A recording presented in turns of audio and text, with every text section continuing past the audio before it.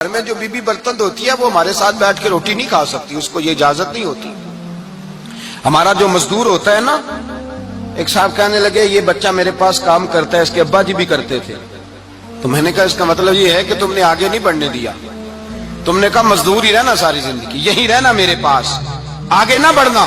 میرے مصطفیٰ کریم سید عالم صلی اللہ علیہ وسلم کے پاس جو لوگ کام کرتے تھے، محنت کرتے تھے، مشقت کرتے تھے، ہمارا ملازم ڈرتا ہے، کامتا ہے، وہ بات کرتا ہے تو صاحب جی کہتے کہتے زبان تھکتی ہے، 100 دفعہ موڈ کو دیکھتا ہے، گالیاں کھاتا ہے بیچارہ، اس کی عزت نفس کو اچھالا جاتا ہے، اس کو رسوا کیا جاتا ہے، اور وہ بیچارہ رات کو رضائی میں منہ دے کے روتا ہے کہ یار میرے نصیب صرف اس لیے کمزور ہیں کہ میں غریب کے گھر میں پیدا ہوا ہوں۔ ہم احساس نہیں کرتے، اور مزدور کو کبھی موقع مل جائے جان چھوٹنے کا تو بھاگ جاتا ہے۔ ہمارا کردار اور اخلاق ایسا نہیں ہوتا۔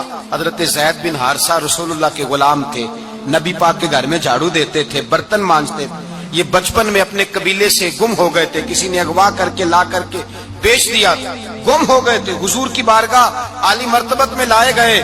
حضرت زید بن حارثہ سارا دن کام کاج کرتے، کوئی آدمی آیا ان کے علاقے کا مکہ مکرمہ، ان کو پہچان کر واپس گیا ان کے قبیلے میں اور جا کے بتلایا کہ تمہارا بیٹا تو محمد ابن عبداللہ صلی اللہ علیہ وسلم کے پاس، اس وقت حضور نے بھی اللہ نے نبوت نہیں فرمایا تھا، ان کے والد حارثہ چچا لینے آئے، اور نبی پاک کے پاس آئے تو 2 تھیلیاں شرفیوں کی بھر کے لائے، کہنے لگے حضور یہ پیسے لے لیں، 2 تھیلیوں میں پیسے ڈالیں، دینار ہے درہم ہے، حضور لے لیں، ہمارا بیٹا دے دیں۔ نبی پاک صلی اللہ علیہ وسلم نے فرمایا تمہیں غلطی لگ گئی ہے، پیسے پیچھے ہٹاؤ، میں زید کو بلاتا ہوں، میں زید کو، ادھر دیکھیے گا، میں زید کو، میں اسے بلاتا ہوں، اگر وہ جانا چاہے تمہارے ساتھ تو مجھے اعتراض نہیں، لے جانا۔ چچا اور باپ کہنے لگے آپ عجیب بات کرتے ہیں، وہ غلامی چھوڑ کے نہیں جائے گا، آپ عجیب بات کرتے ہیں، وہ مزدوری چھوڑ کے بادشاہی اختیار نہیں کرے گا، ہم کھاتے پیتے لوگ ہیں، اس کی ماں ترس گئی ہے اس کو ملنے کو، بہنیں روتی ہیں، وہ جائے گا نہیں۔ میرے حبیب نے فرمایا تم نے ابھی یہ ذائقہ چکھا نہیں، تمہیں اس کا پتہ نہیں، تو میں بلاتا ہوں، اگر جانا چاہے تو پیسوں کی ضرورت نہیں، لے جانا۔ حضرت زید کو پیغام دیا، آئے، حضور نے فرمایا وہ تمہارے والد کھڑے ہیں، وہ چچا ہیں، لینے آئے ہیں۔ جناب زید گئے، باپ کے گلے سے لگے، بچھڑے ہوئے باپ بیٹا ایک دوسرے کو مل کے کھل کے روئے، کہا بیٹا تیری ماں کی آنکھیں پتھر ہو گئی تیرا رستہ دیکھ کے، تیری بہنیں ترستی ہیں تیرے چہرے کے دیدار کو، بیٹا وہ گلیاں بھی روتی ہیں جن میں تو کھیلا کرتا تھا، پر اب فکر کی بات کوئی نہیں، اب کوئی پریشانی نہیں، میں پیسے لایا ہوں تجھے لے جاؤں گا۔ نبی پاک صلی اللہ علیہ وسلم نے دیکھا نا جب باپ بیٹے کی گفتگو ہو گئی، آنسو بہ گئے، بوجھ ہلکے ہو گئے، تو میرے قریب نے فرمایا زید اگر تم چچا کے ساتھ والد کے ساتھ جانا چاہو تو میری طرف سے اجازت ہے، تم جا سکتے ہو۔ یہ لفظ کہے تو جناب زید دوڑ کے حضور کے قدموں میں آ کے بیٹھ گئے، حضور کے قدموں میں بیٹھ گئے، اور گویا فاضل بریلوی علیہ رحمہ نقشہ بیان کرتے ہیں، کہنے لگے تیرے قدموں میں رہوں غیر کی ٹھوکر پہ نہ ڈال، میں جھڑکیاں کھاؤں کہاں چھوڑ کے صدقہ تیرا، اور تیرے قدموں میں جو ہے غیر کا منہ کیا دیکھے، کون نظروں پہ چڑھے دیکھ کے تلوا تیرا۔ کہنے لگے حضور میں نے نہیں جانا، میں یہیں رہوں گا۔ چچا اور باپ نے دیکھا تو کہنے لگے بیٹا تو غلامی چھوڑ کے نہیں جائے گا، تو ملازمت چھوڑ کے بادشاہی میں نہیں جائے گا۔ تو آپ کے والد کو آپ فرمانے لگے ابا جی ذرا 2 گھڑیاں یہاں رہ کے تو دیکھیں، یہاں 2 گھڑیاں رہ کے تو دیکھیں۔ فرمایا یہاں ملازموں کا وہ اعزاز ہے جو شہزادوں کا ہوا کرتا ہے، یہاں خادموں کی وہ عزت ہے، اور پتہ پھر ان کو مقام کیا ملا، یہ واحد شعبیاں جن کا نام اللہ نے قرآن پاک میں بیان فرمایا ہے، نام اللہ نے قرآن مجید میں بیان فرمایا۔ حضور کا اپنے غلاموں کے ساتھ جو تعلق تھا، اپنے ملازموں کے ساتھ جو رشتہ تھا، بڑا آدمی آتا ہے نا، بڑا آدمی تو لوگوں کی سانس سوکھ جاتے ہیں، اٹھ کے ملتے ہیں، بڑا کچھ کرتے ہیں، مزدور آتا ہے تو لوگ اوے کہہ کے پکارتے ہیں، ان کو خبر ہی نہیں کہ اس شخص کا اعزاز کتنا ہے۔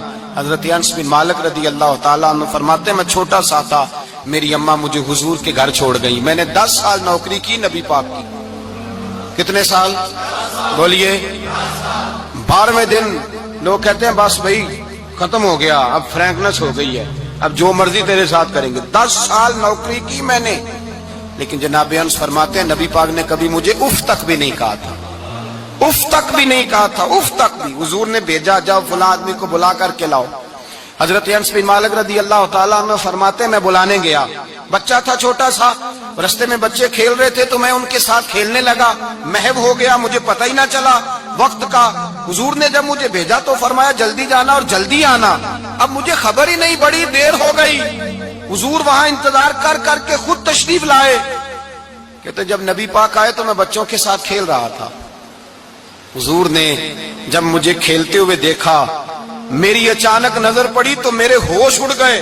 حضور نے تو کہا تھا جلدی آنا، اور میں یہاں کھیلنے لگا، یہاں اتنا الجھا کہ مجھے خیال نہیں رہا کس کام آیا ہوں۔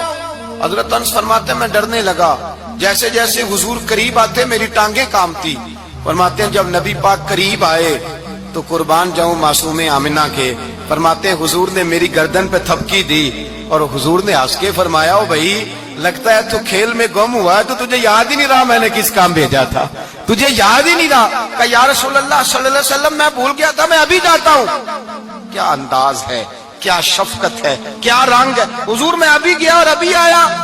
نبی پاک نے فرمایا نہیں یار تو کھیل میں خود ہی چلا جاتا، تو کھیل یہاں میں خود جاتا۔ یہ اعزاز، یہ فضیلت، یہ درجہ کس نے ذروں کو اٹھایا اور صحرا کر دیا، یہ کس نے قطروں کو ملایا اور دریا کر دیا، یہ کس کی حکمت نے یتیموں کو کیا در یتیم اور غلاموں کو دنیا بھر کا مولا کر دیا، یہ کس نے اتنا۔ میرے بھائی مزدور کو حضور نے اعزاز دیا۔ نبی پاک اپنے ہاتھ سے کام کرنے والے کے ساتھ اس نے سلوک کرتے، محبت کرتے، پیار کرتے۔ ایک بوڑھی اماں تھی جو مسجد میں جھاڑو دینے کی مزدوری کرتی تھی۔ کیا کام کرتی تھی؟ دعا کریں اللہ ہم سب کو مسجد کی صفائی کی توفیق عطا فرمائے۔ بوڑھی اماں تھی، مسجد کی صفائی کرتی تھی، نوکری کرتی تھی، بیمار ہو گئی۔ بخاری شریف میں موجود ہے اللہ کے محبوب صلی اللہ علیہ وسلم روز تیمارداری کرنے جاتے۔ ایک وقت ایسا آیا کہ دن میں 2 مرتبہ حضور تیمارداری کرنے جاتے۔ ایک شام نبی پاک نے فرمایا اس کا انتقال ہو جائے تو مجھے اطلاع کرنا۔ صحابہ کہتے ہیں رات کے وقت ان کا انتقال ہوا، ٹھنڈ کا موسم تھا، ہم نے حضور کو تکلیف دینا مناسب نہ سمجھا، ہم نے دفن کر دیا۔ سویرے اللہ کے حبیب نے پوچھا تم نے مجھے اطلاع کیوں نہیں دی؟ حضور سردی بڑی تھی۔ کون جاتا ہے مزدوروں کے جنازوں میں؟ کون جاتا ہے مزدوروں کے جنازے میں؟ یہاں تو اب جنازے بھی سیاسی ہو گئے ہیں، اب تو کوئی بہت بڑا امیر آدمی فوت ہو جائے تو وہاں رش ہوتا ہے، وہاں رش ہوتا ہے، غریبوں کا تو جنازہ بھی کوئی نہیں پڑتا۔ حضرت جناب سیدنا ابو ہریرہ رضی اللہ تعالیٰ عنہ فرماتے ہیں حضور نے فرمایا مجھے اطلاع کیوں نہیں دی؟ تمہیں اس کے اعزاز کا نہیں پتا؟ وہ مزدور تھی، مسجد میں جھاڑو دیتی تھی، تم نے خبر ہی نہیں دی؟ حضور وصال ہو گیا، فرمایا چلو مجھے بتاؤ قبر کہاں ہے؟ حضور سارا کچھ جانتے ہیں لیکن یہ ساری تمہید اس لیے بیان کی کہ ایک مزدور کی شان واضح ہو جائے۔ فرمایا بتاؤ قبر کہاں ہے؟ صحابہ کہتے ہیں ہم قبر پہ لے گئے تو میرے نبی نے فرمایا صفے بناؤ میں دوبارہ جنازہ پڑھاؤں گا۔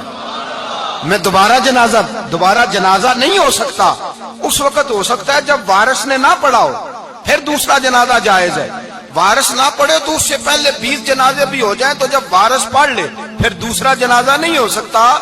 حضور نے دوسرا جنازہ اس لیے پڑھا ہے کہ حضور اپنی ساری امت کے وارث ہیں، نبی پاک ساری امت کے وارث ہیں۔ فرمایا پر بناؤ صفے میں جنازہ پڑھاتا ہوں۔ مزدور کو اعزاز دیا، پیار کیا۔ حضرت عبد الرحمن ابن عوف رضی اللہ تعالیٰ عنہ فرماتے ہیں ایک دن میرا دل کیا تھا کہ میں غریب ہو جاؤں۔ کیا ہو جاؤں؟ آپ اپنے لیے دعا نہ کریں لیکن حضرت عبد الرحمن ابن عوف کے الفاظ تو دہرائیں۔ وہ کیا کہہ رہے ہیں کہ میرا دل کرتا تھا میں اللہ، ایک دن میرا، بڑے امیر آدمی تھے نا، صحابہ میں سب سے زیادہ امیر، فرمانے لگے ایک دن میرا دل کیا میں غریب ہو جاؤں، غربت پسند کر لوں۔ اصل میں غریب کو اپنی شان کا نہیں نہ پتا، اسے جس دن پتہ چل گیا کہ میں غریب کی عظمت کتنی ہے، غریب ہر وقت اپنے آپ کو کوستا ہی رہتا ہے۔ اور میں اکثر کہتا ہوں کہ یہ بڑے کا قصور نہیں کہ اس نے تجھے چھوٹا جانا ہے، یہ تیرا قصور ہے، تو احساس کمتری میں کیوں مبتلا ہوا؟